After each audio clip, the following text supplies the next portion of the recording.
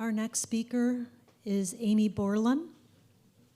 She's a champion for social emotional learning and skill building for individuals who experience the world in their own unique ways. Inspired by the neurodivergent kids and young adults she works with, Amy shares a different and life-changing lens through which to see them. Welcome, Amy. Thank you. Where's my...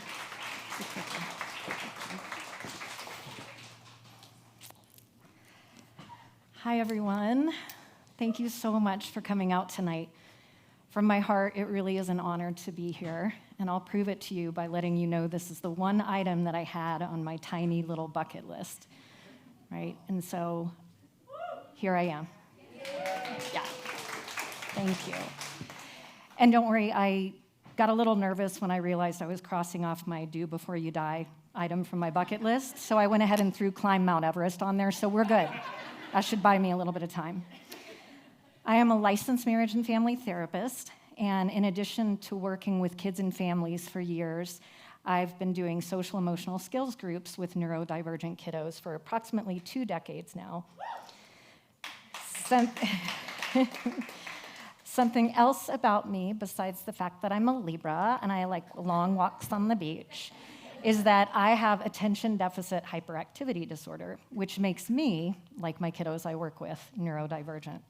Anyone else out there that has ADHD that's willing to admit it? My people, we find each other, don't we? Fun fact, if you're listening to this tonight and you suspect that you might be neurodivergent, there's a decent likelihood that you are. Talk to me later. I find that very few neurotypical people sit around wondering if they're neurodivergent. I'll be transparent here. I haven't always been a huge fan of the terms neurotypical and neurodivergent. To this day, I have concerns about both terms potentially being divisive or othering.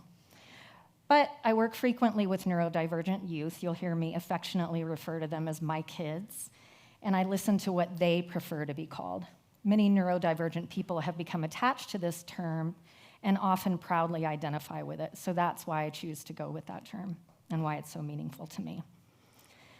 Tonight, I'm hoping to break down some barriers you may have when it comes to working with and educating neurodivergent youth. I'm also hoping to give you a lens change that will help you foster hope and a sense of belonging in our neurodivergent kids. So first, let's break down this word neurodivergent. So deviating from the neurotypical norm. You can kind of think neuro meaning nerves, nervous system, the brain, and divergent meaning deviating from the norm. You can think of that nice bell-shaped curve. Neurotypical is in this peak here, and then neurodivergent people on either side, right? But speaking colloquially, of course I had to put that word in a speech, really? Try it later, it's not easy. Neurodiversity is based on the idea that people experience and the battery's dead. Just kidding. Okay, there we go. The idea that people experience and interact with the world around them in many different ways. There's no one right way of thinking, learning, and behaving, and differences are not viewed as deficits. Neurotypical, on the other hand, work with me now, there we go. People who have experienced typical neurological development, including no noticeable speech delays as children, no problems conversing or interacting with peers. I don't really know anyone like that, but okay. No sensory issues such as sensitivities to temperature, noises, or sounds. Quick spoiler alert, the world we live in is what we call neuronormative, which is based on the attitude that neurotypicality is the only normal and natural mode of cognition and perception, and we live in this world that is set up to support neurotypical individuals, which often results in neurodivergent people feeling less than. I guarantee you that you've met many neurodivergent people, which encompasses everything from autism to ADHD, from dyslexia to dyspraxia, to Tourette syndrome, and more. More than once I've been asked if I find the labels such as autism and ADHD to be damaging to people. As Heidi Mavir says in her book, Your Child is Not Broken, think of it this way. A label on a garment is a care instruction. If you know that a child is hand wash only, you need to know this so as not to tumble dry a mohair jumpsuit, whom you will destroy if you throw them in the washer with your bed sheets on a hot wash. Fair, right? It's useful information. A wonderful mom I know who works hard every single day to see the beauty in her daughter's neurodivergence gives this answer when she's asked about the value of her daughter's label of autism.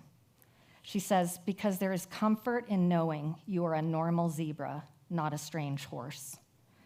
Because you can't find community with other zebras if you don't know you belong. And because it is impossible for a zebra to be happy or healthy, spending its life feeling like a failed horse. My own diagnosis came about in an interesting way. At age 36, I'm sitting in a presentation in my practice at the time in Colorado, trying to live my best life as a human who didn't know I was neurodivergent and who believed she was constantly failing, falling behind the 8 ball, making mistakes. I was zoning out, ironically, to a presentation on adult ADHD. Now, mind you, I had specialized in working with neurodivergent individuals for years at this point, in particular in the realms of autism as well as ADHD. As I'm sitting there during this presentation, some of the things I'm hearing start to pierce through like headlights in a fog. This happened enough times that eventually I leaned over to my friend and colleague, Jimmy, and I whispered, "Jimmy, I think I might have ADHD." And he whispered back, "Yeah, you do." I said, "You knew?" He said, "We all know. We thought you knew." I then had a more formal evaluation in which my diagnosis of ADHD was officially confirmed. And what followed that were all the feels. I felt like my whole life suddenly made sense. I felt relief. I felt hungry and curious for more knowledge about this diagnosis with which I was so familiar, but didn't know how it had impacted me thus far. I felt mild shame that I had missed my own diagnosis, a diagnosis that I specialized in. How did I miss it, right? What I realized is I didn't see the constellation of characteristics as symptomatology of ADHD. I saw it as everything that was wrong with me, because that's what I had been taught. I had been taught through the many years of corrections. I had been taught by constantly being in trouble for being late, in trouble for being emotional, in trouble for forgetting my homework, in trouble for being messy, in trouble for being difficult, in trouble for being too much, in trouble for being not enough.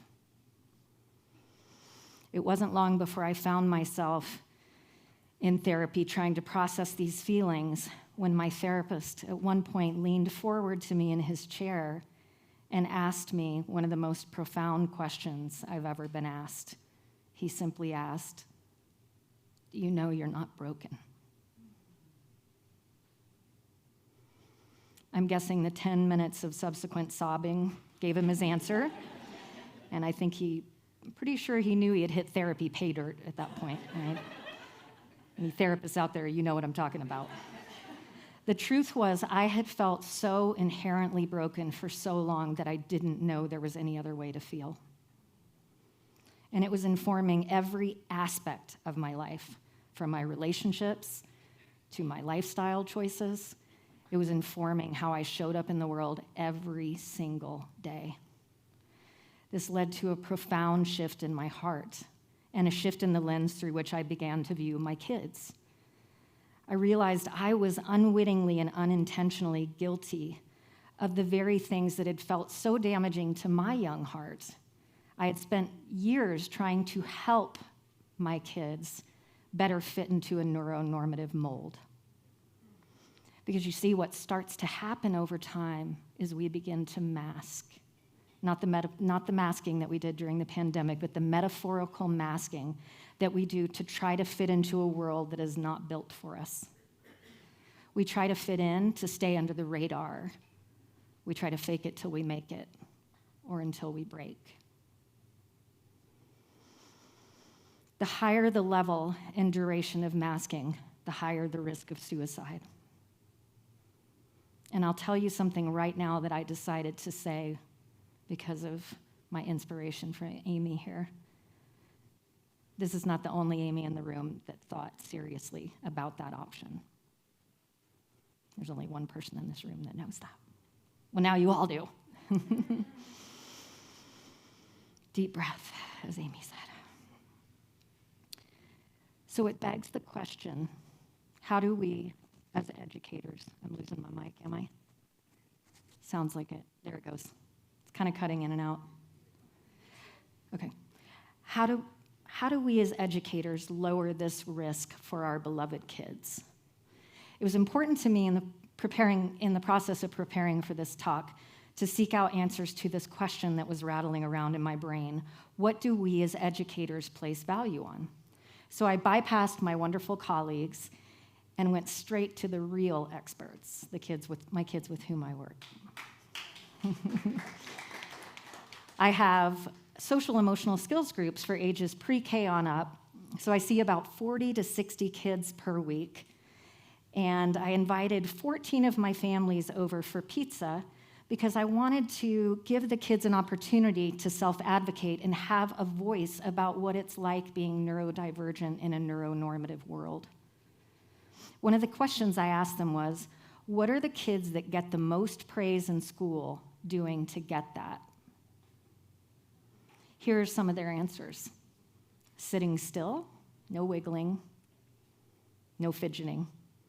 Being quiet, focusing, listening, not interrupting. Respecting others' space, not getting into someone's bubble, no touching. Not getting upset easily, / being nice. In a nutshell, stop fidgeting. I need you to look at me when you're talking to me. Sit down and be still. It's not time to be silly. And my personal favorite, don't be so sensitive.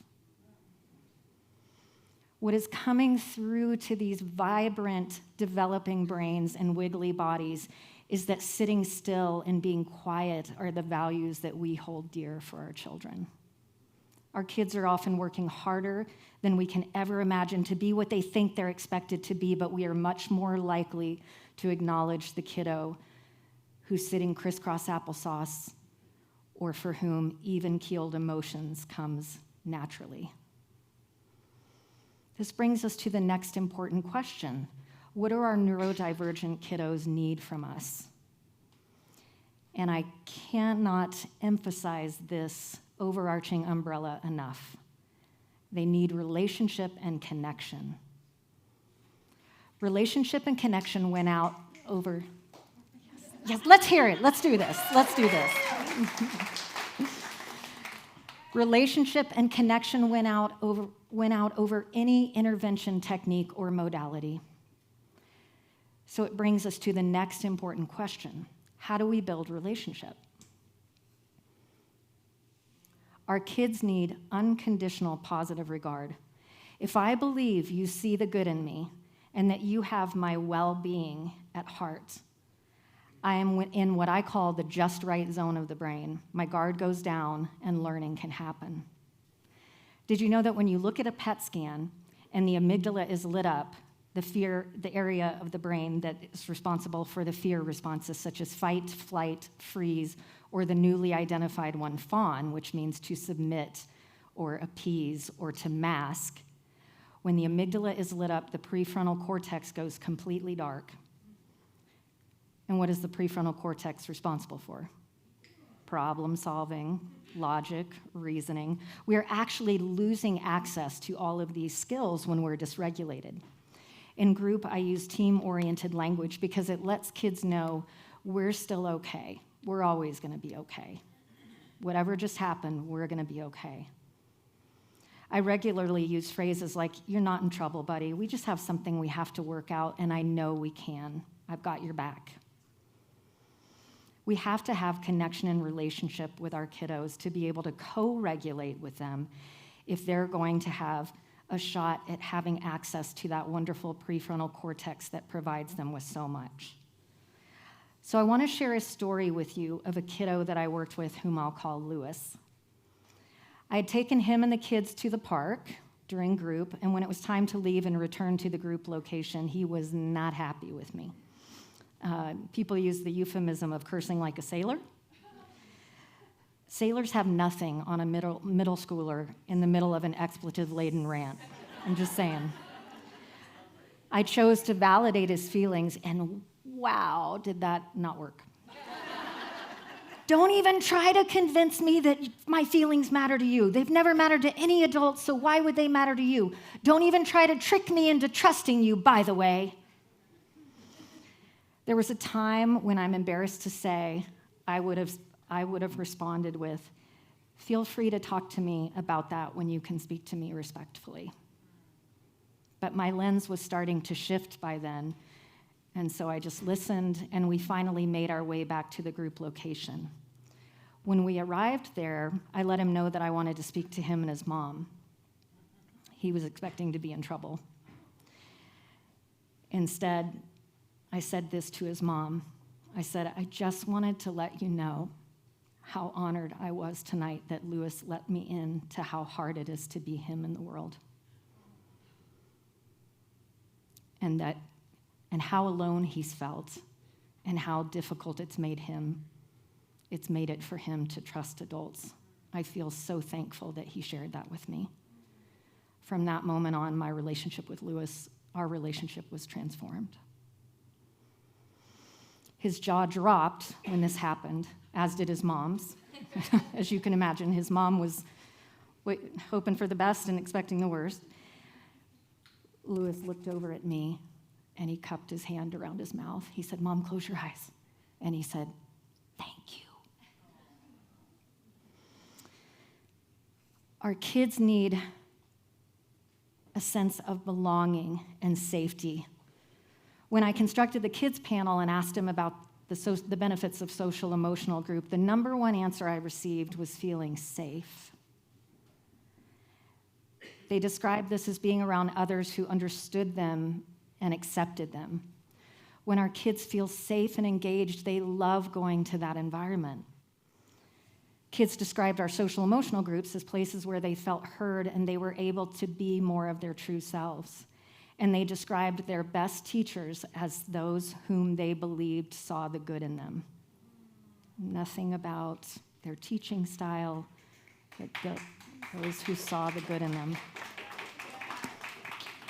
We want them walking out of our environment feeling good inside about themselves. And by the way, feeling good inside about yourself promotes better everything and is more highly correlated with long-term success than academics or any other dimension. We want them carrying that into the world. Our kids need empathy and validation. In her sympathy versus empathy video, Brene Brown, who hopefully will be as famous for her TED Talk someday as I am for this one, describes empathy as fueling connection, feeling with someone. We want to show them true vulnerability in the form of empathy and validation of their feelings. I may not know how it feels to be terribly distraught if someone calls me a poo-poo head. I'm being very G-rated compared to some of the things I've been called before, okay? But I do know how it feels to be misunderstood and to have hurt feelings and to be criticized. So we're empathizing with the feeling that they're experiencing. I often hear adults say that a kiddo gets upset over the smallest of things.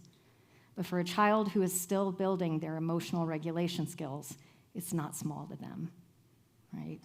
They need us to be a safe container for those big feelings that they don't yet know how to handle. And don't be afraid to admit when you're wrong or if you've hurt their feelings. One of the greatest things my dad taught me was how to apologize unequivocally, and he did it not by forcing me to deliver a canned apology, but apologizing first for his part in things. Within minutes, my stubbornness would dissolve, and I'd be sobbing and apologizing for my part in things. Pretty clever, Dad, by the way. I see you. Mm-hmm. I know many of us like big butts, and we cannot lie. But it's important to leave the buts out of empathy and validation. I know it's frustrating to have to stop doing something you like, and it's a terrible feeling, but we've got to get going, and it's time to go, and I told you a few minutes ago. Nope, we just want to say, I know it's really hard to stop doing something you like, and it's just a really hard time right now. I get that. Can I help you clean up? Yeah. Authentic empathy tends to lead to what I call a shoulder drop.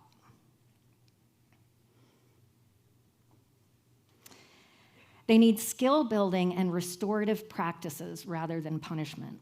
Let's talk about tattling as an opportunity for skill building.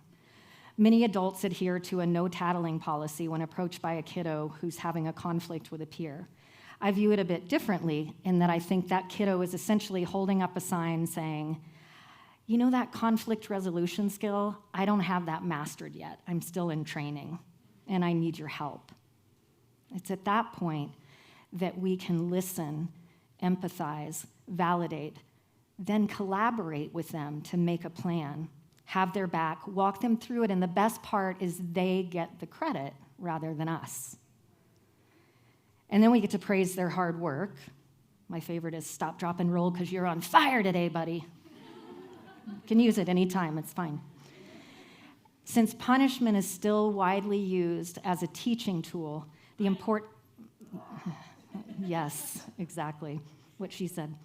The important thing to know about punishment is that when kids find themselves repeatedly in trouble for something that is outside of their skill set, it is highly correlated long-term with depression, anxiety, substance use disorder, self-harm, and suicidality. Instead of punish, we can become curious rather than furious to learn what we're missing that might help us better understand what's happening for them. If you take one thing away from my message tonight, it's that we must let our neurodivergent kiddos know that not only are they not broken, but that they are good and that they are enough. They need to look in the mirror of our eyes and know that they are enough just as they are right now. Yes. We have to help them combat the feeling of brokenness by being someone in their life who sees their superpowers so that someday they can see their superpowers in themselves. Thank you for imagining with me tonight a world in which we celebrate neurodivergence and neurodiversity. Before I wrap up, I can feel that many of you are dying to know my superpower. Okay, since you asked. It's my heart. This emotional little girl who was often too much, even for the well-meaning adults in her world, can now access a profound place of understanding, empathy, and compassion with her kids because of that very emotionality and because of that heart. If only every teacher that missed connecting with her heart and sent her home on her report card with talks too much in class only knew that little girl was simply practicing for this moment here with you all tonight. Thank you, everyone.